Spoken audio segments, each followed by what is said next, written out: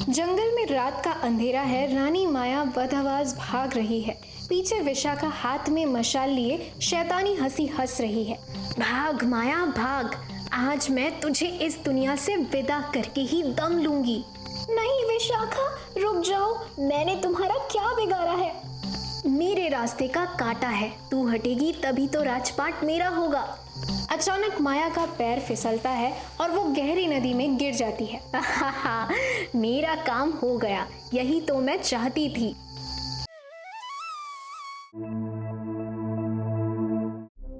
राजा वीर सिंह अपने दूसरे पत्नी विशाखा के साथ रहते थे और उनके 2 पुत्र थे, एक उनकी पहली पत्नी से और दूसरे रानी विशाखा से। विशाखा, अब मैं बूढ़ा हो रहा हूँ। मुझे लगता है कि पुत्र शौर्य को ही राजा बनाना चाहिए, क्योंकि वो मेरी पहली संतान है। लेकिन महाराज, मेरा बेटा अर्जुन ज्यादा बलवान और साहसी है, आप उसकी काबिलियत देखिए, पद नहीं। नहीं विशाखा, मर्यादा शौर्य के पक्ष में ही है और मेरा फैसला वही रहेगा। राजा वहां से चले जाते हैं। राजा के जाने के बाद रानी विशाखा गुस्से से सोचती है, शौर्य जिंदा रहा तो मेरा बेटा कभी राजा नहीं बनेगा। नहीं, मैंने जो बरसों पहले किया था आज भी वही करूंगी। रानी विशाखा शौर्य के कक्ष में आग लगा देती है। तभी बाहर से राजकुमार शौर्य आते हैं, जिन्हें देखकर वो चौंक जाती है। अरे माँ, ये आग कैसे लगी? शौर्य, तुम बाहर? मुझे लगा तुम अंदर सो रहे हो। नहीं माँ, मैं तो बाहर था, अंदर तो अर्जुन सो रहा है। क्या? बचाओ, कोई बचाओ, वरना मेरा पुत्र अंदर जल जाएगा। तभी राजकुमार बिना सोचे आग में कूदते हैं और अर्जुन को सुरक्षित बाहर निकाल लाते हैं। आज शौर्य बच गया, पर अगली बार उसकी मौत पक्की है।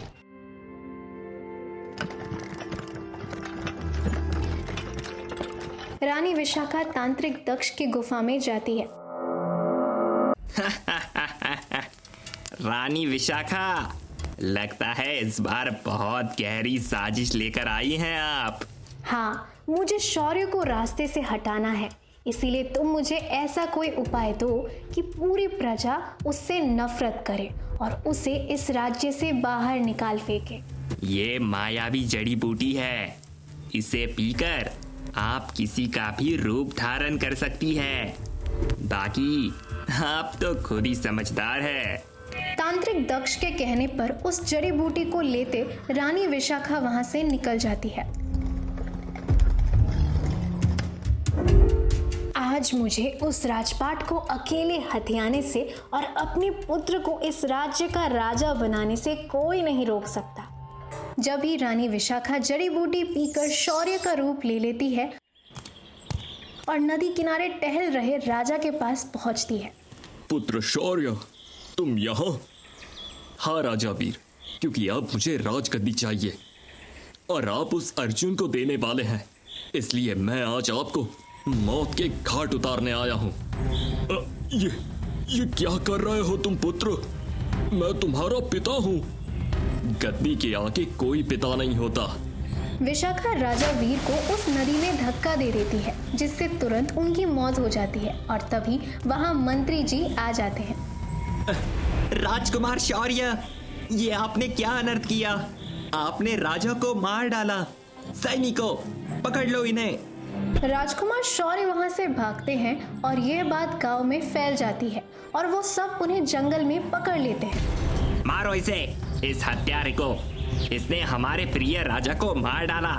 इसे चीरे का कोई अधिकार नहीं। रुक जाइए, मेरी बात तो सुनिए। मैंने पिताजी को नहीं मारा, ये सब झूठ है। मैंने वह सब खुद अपनी आंखों से देखा है। सारे गांव वाले मार मार कर राजकुमार शौर्य को अधमरा करके चले जाते हैं और दूर खड़ी रानी विशाखा मुस्कुराते हुए वहां से चली जाती है और राजकुमार लहूलुहान बेहोश हो जाते हैं।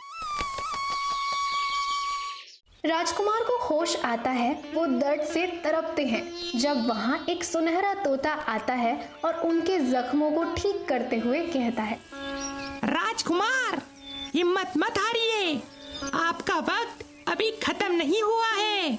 तुम बोल सकते हो? क्या मैं ये सपना देख रहा हूँ? मैं कोई साधारण पक्षी नहीं हूँ। मैं पाताल लोक का एक श्रापित राक्षस हूँ, राजकुमार, और मैं इस सोने की जादुई पिंजरे में कैद हूँ। अचानक हवा में एक चमकता हुआ सोने का पिंजरा प्रकट होता है। मेरी जान इस पिंजरे में बंद है। अगर आपने मुझे आजाद नहीं किया तो विशाखा का पाप कभी खत्म नहीं हो पाएगा। क्या? तुम्हें कैसे पता ये सब? मुझे सब पता है। उन्होंने आपके साथ क्या किया है और उसी ने मुझे यहाँ कैद किया है। अच्छा, लेकिन मैं तुम्हें आजाद कैसे करूंगा? आपको अजीब जंगल के 7 आयनों की परीक्षा देनी होगी और वही आपको इस पिंजरे की चाबी मिलेगी।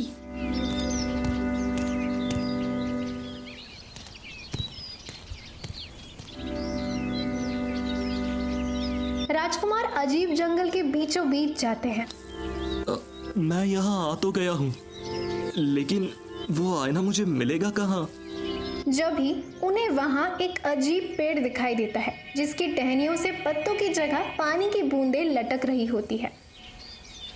बाकी पेड़ों के मुकाबले ये बहुत अजीब लग रहा है। मुझे लगता है ये वही पेड़ है जिसकी मुझे तलाश है। एक रोती हुई आवाज गूंजती है, बचाओ शौर्य, मुझे बचाओ, मैं तुम्हारी अपनी हूँ। अरे ये आवाज, क्या ये कोई छलावा है? नहीं, मुझे भटकना नहीं है। मुझे अपनी परीक्षा पूरी करनी है। जैसे ही शौर्य पेड़ की एक पानी वाली बूंद को छूते हैं, पेड़ के चारों ओर 7 विशाल आईने प्रकट हो जाते हैं। हाँ, ये तो वही आईने हैं। अब मुझे कैसे उस पिंजरे की चाबी मिलेगी? तभी अचानक एक भारी रहस्यमयी आवाज गूंजती है, रुको राजकुमार, चाबी तक पहुंचना है तो इस पहेली का उत्तर दो। वह क्या चीज़ है जो एक चोर के लिए सजा है, एक राजा के लिए न्याय है और एक भूखे के लिए रोटी? ये पहेली सुनकर राजकुमार सोच में डूब जाते हैं और उन 7 आईने को देखते हुए कहते हैं, मुझे समझ आ गया उसका उत्तर क्या है। इसका उत्तर है कर्म, क्योंकि कर्म चोर के लिए सजा, राजा के लिए न्याय, मूर्ख के लिए मेहनत ही उसके कर्म होते हैं। तभी वो एक उत्तर देकर एक आईने को छूते हैं जिससे सारा आईना टूटता है और उन्हें एक सुनहरी चाबी मिल जाती है।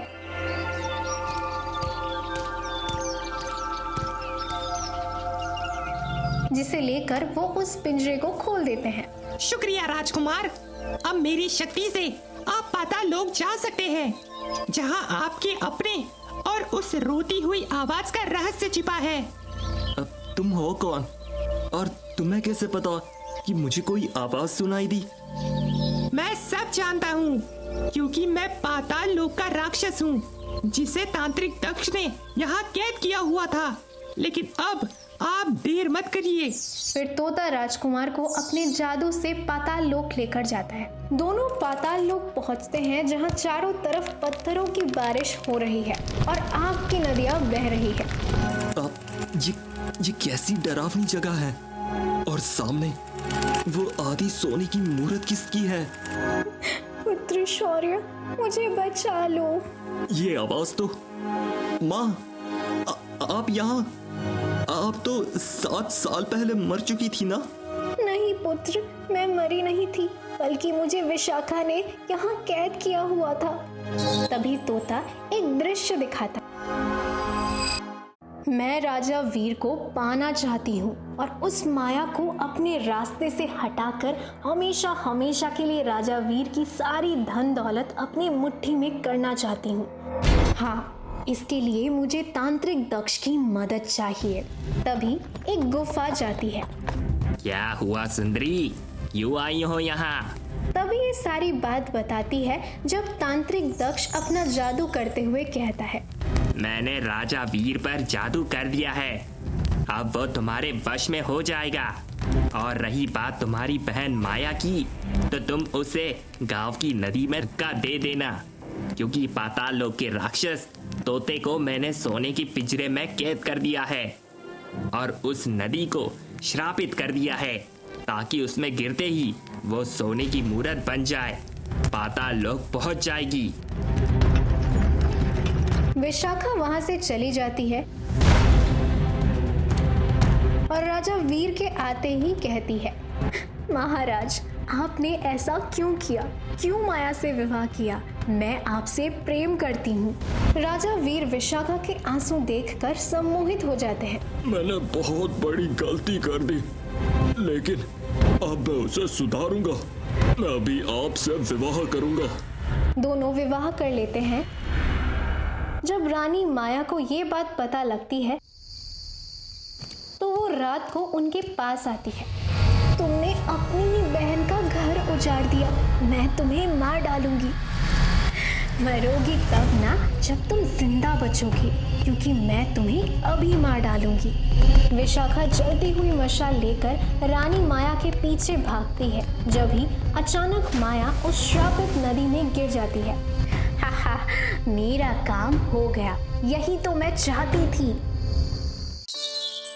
पुत्र, उसी ने तुम्हारे पिता को भी मारकर इल्जाम तुम पर लगा दिया।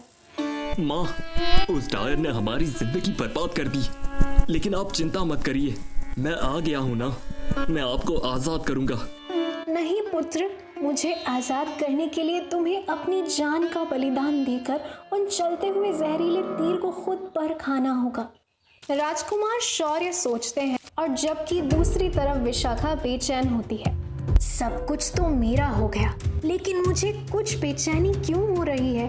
कहीं वो आजाद तो नहीं हो गई? नहीं, मुझे इसे हमेशा के लिए खत्म करने के लिए पाताल लोक जाना होगा। अच्छा किया था जो मैंने पहले ही तांत्रिक दक्ष से ये जहरीले तीर ले लिए थे। फिर वह भी उस नदी में उतरकर पाताल लोक जाती है। अच्छा, तो तुम यहाँ तक पहुँच गए, लेकिन अब मैं इस माया को हमेशा हमेशा के लिए मार दूंगी। तभी वो जहरीले तीरों की वर्षा करती है कि अचानक शौर्य अपनी माँ को बचाने के लिए तीरों के सामने आ जाते हैं। नहीं पुत्र, ये तुमने क्या किया? वही जो हर बेटी की अपनी माँ के लिए करना चाहिए। अचानक जैसे ही तीर राजकुमार शौर्य के आर पार होती है, वैसे ही पाताल लोक का श्राप टूट जाता है और राजा वीर सिंह जिंदा हो जाते हैं। और फिर एक आवाज आती है, शौर्य, अब से तुम सब आजाद हो, और जिसने इस नदी को श्रापित किया था अब वही इसमें समा जाएगी। नहीं, ऐसा नहीं हो सकता, बचाओ। तभी अचानक विशाखा सोने की मूरत बनाने लगती है और सारे लोग आजाद हो जाते हैं।